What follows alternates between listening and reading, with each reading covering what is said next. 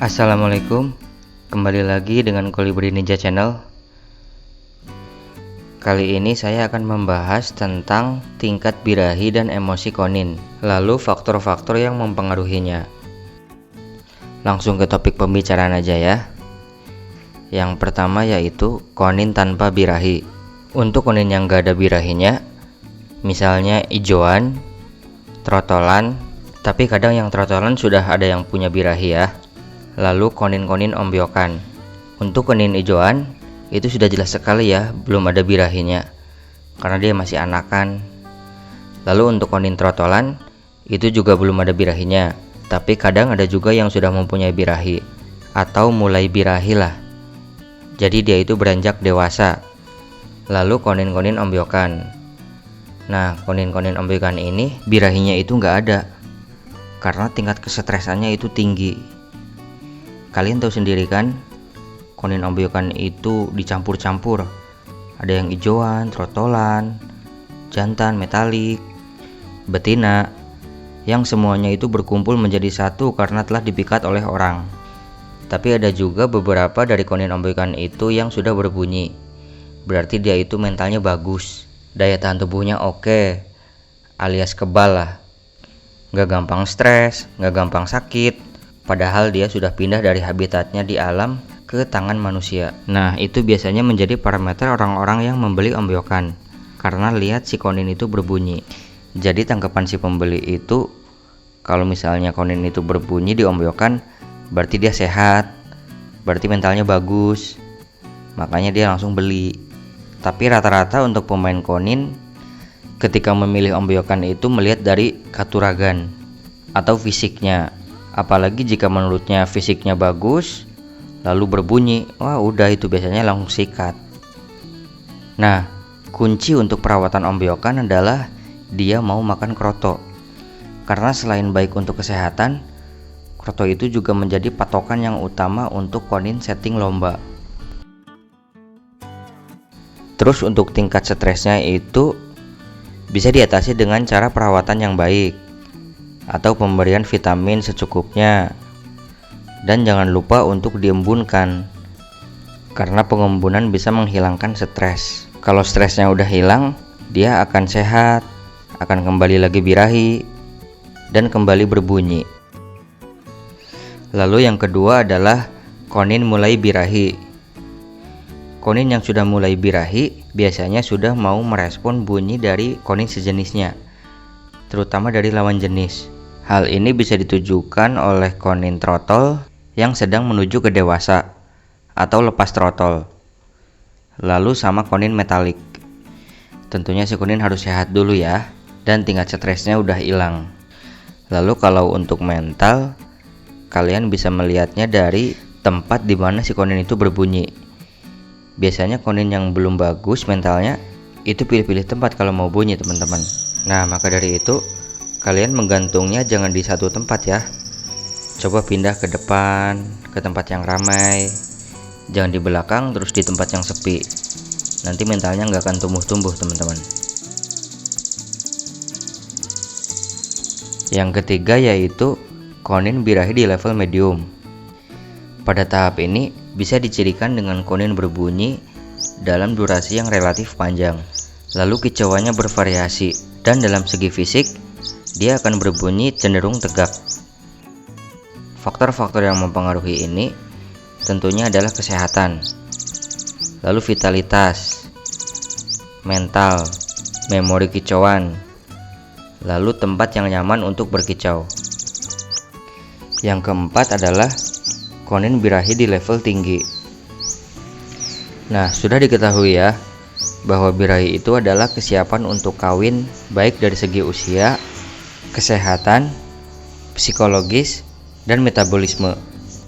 Pada tahap ini, sistem hormon reproduksi sudah memproduksi hormon secara berlebihan sehingga dia butuh pelepasan yang berdampak pada psikologisnya, yaitu emosi. Konin pada level birahi tinggi ini dicirikan dengan berbunyi sambil bergaya, karena gaya merupakan salah satu cara untuk menarik lawan jenis. Lalu ciri-ciri yang lainnya yaitu berbunyi keras, karena untuk mengintimidasi lawan. Berarti energi pada level ini akan terbagi, yaitu untuk berbunyi keras dan sambil bergaya. Oke, sekarang lanjut ke faktor-faktor yang mempengaruhi birahi atau menaikkan birahi. Contohnya yaitu mandi, pengembunan, asupan pakan, dan yang terakhir betina. Secara umum, burung dan hewan-hewan lain akan memasuki masa puncaknya yaitu pada waktu musim penghujan. Karena pada musim hujan, alam akan menyediakan pakan yang berlimpah. Karena hujan identik dengan air, maka itulah mandi adalah salah satu cara yang berpengaruh positif untuk birahi si konin. Untuk faktor yang kedua adalah pengembunan. Nah, untuk pengembunan ini saya sudah bikin pengertiannya di video sebelumnya ya. Kalian tinggal cek aja sendiri. Yang ketiga adalah asupan pakan. Bagaimana sih asupan pakannya? Pada musim penghujan ini, secara alami tanaman akan mendapatkan cukup banyak air yang melimpah, sehingga proses fotosintesis akan berjalan lebih cepat karena penyerapan airnya lebih bagus, sehingga nektar pada masa ini akan menjadi kaya akan gula. Maka itulah gula sangat berpengaruh positif untuk birahi konin. Di samping itu, serangga-serangga di musim ini juga akan berkembang biak dengan baik. Dan serangga yang paling diminati konin adalah laba-laba. Karena selain memakan laba-laba itu sendiri, konin juga menggunakan sarang laba-laba sebagai perekat untuk sarangnya sendiri.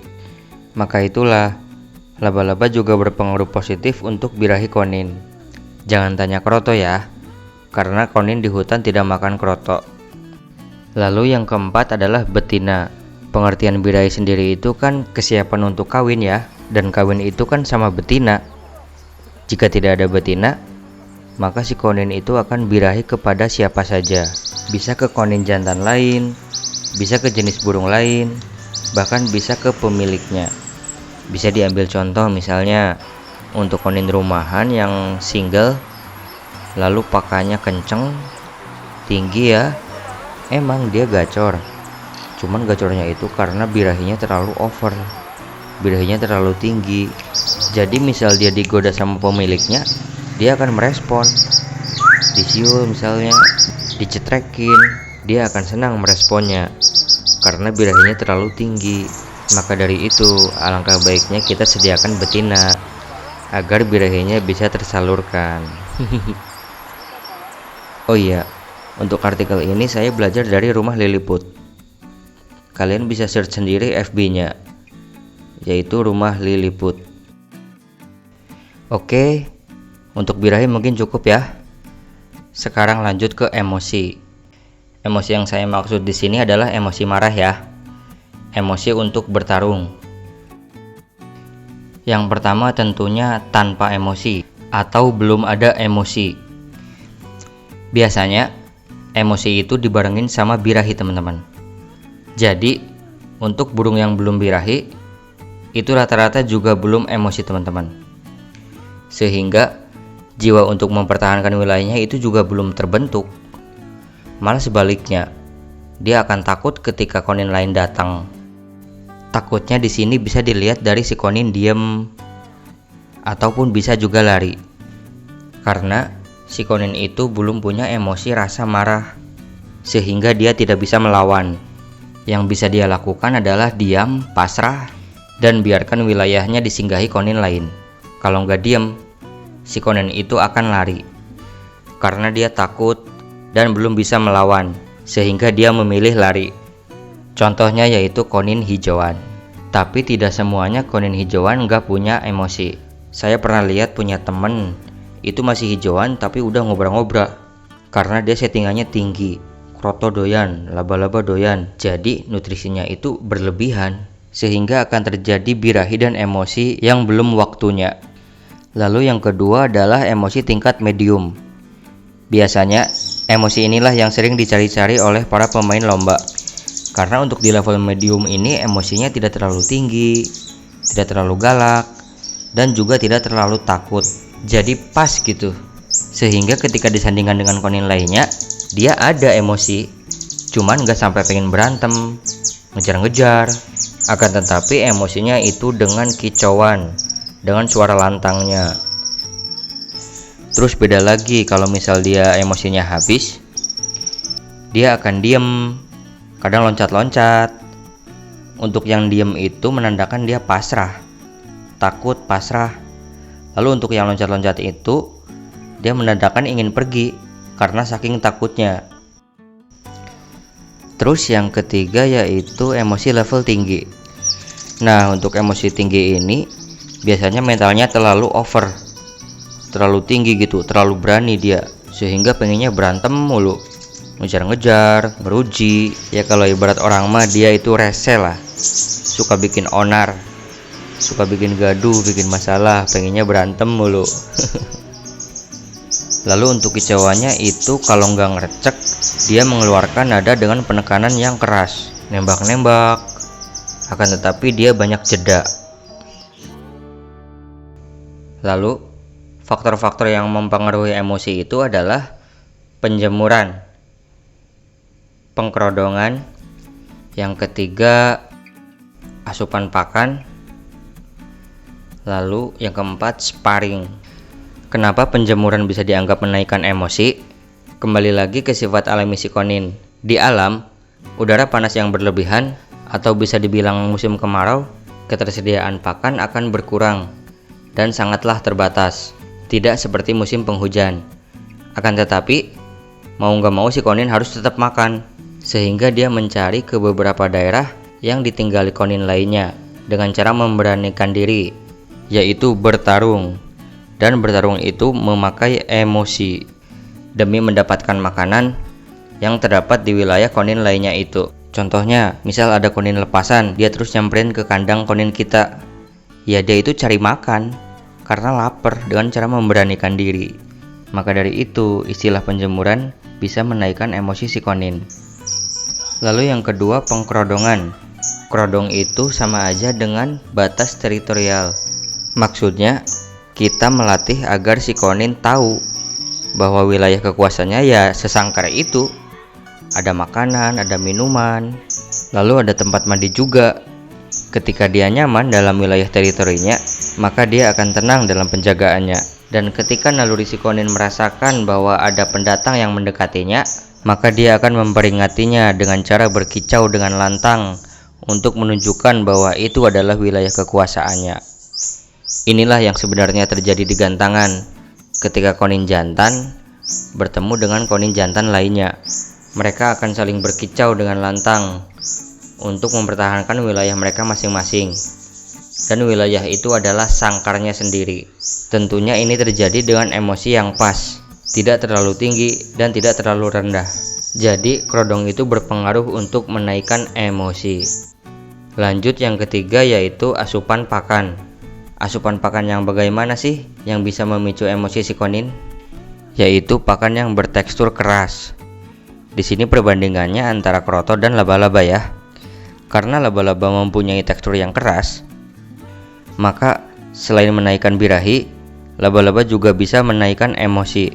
Ya karena sistem metabolismenya akan bekerja lebih keras juga untuk mencerna si laba-laba itu. Terus karena keterbatasan nektar di musim kemarau, maka si konin itu akan selalu lapar dan dia akan berusaha memasuki batas teritori konin lainnya. Maka dari itu, konin yang over emosi itu bukan hanya ngeruji dan galak, tapi mungkin juga dia lapar. Lanjut yang keempat adalah sparring. Kebalikan dari birahi yang bangkit karena lawan jenis atau karena betina. Nah, maka emosi ini akan bangkit dengan sesama jenis atau dengan jantan. Mereka akan berusaha saling mengintimidasi untuk menjadi raja koloni. Akan tetapi lambat laun mereka akan menyadari bahwa tidak mungkin mereka masuk ke batas teritorinya masing-masing. Jadi, sparring ini bisa menaikkan emosi, tapi lama-kelamaan emosinya akan turun dengan sendirinya. Ini yang sering saya bilang, konin galak itu harus banyak koloni agar emosinya naik, keluar, lalu terbuang. Begitu teman-teman, kira-kira mudah dipahami nggak ya? Udah panjang lebar nih. Kalau ada yang masih bingung, Bisa tanya-tanya di bawah. Insya Allah saya jawab. Wassalamualaikum. Salam penghisap susu.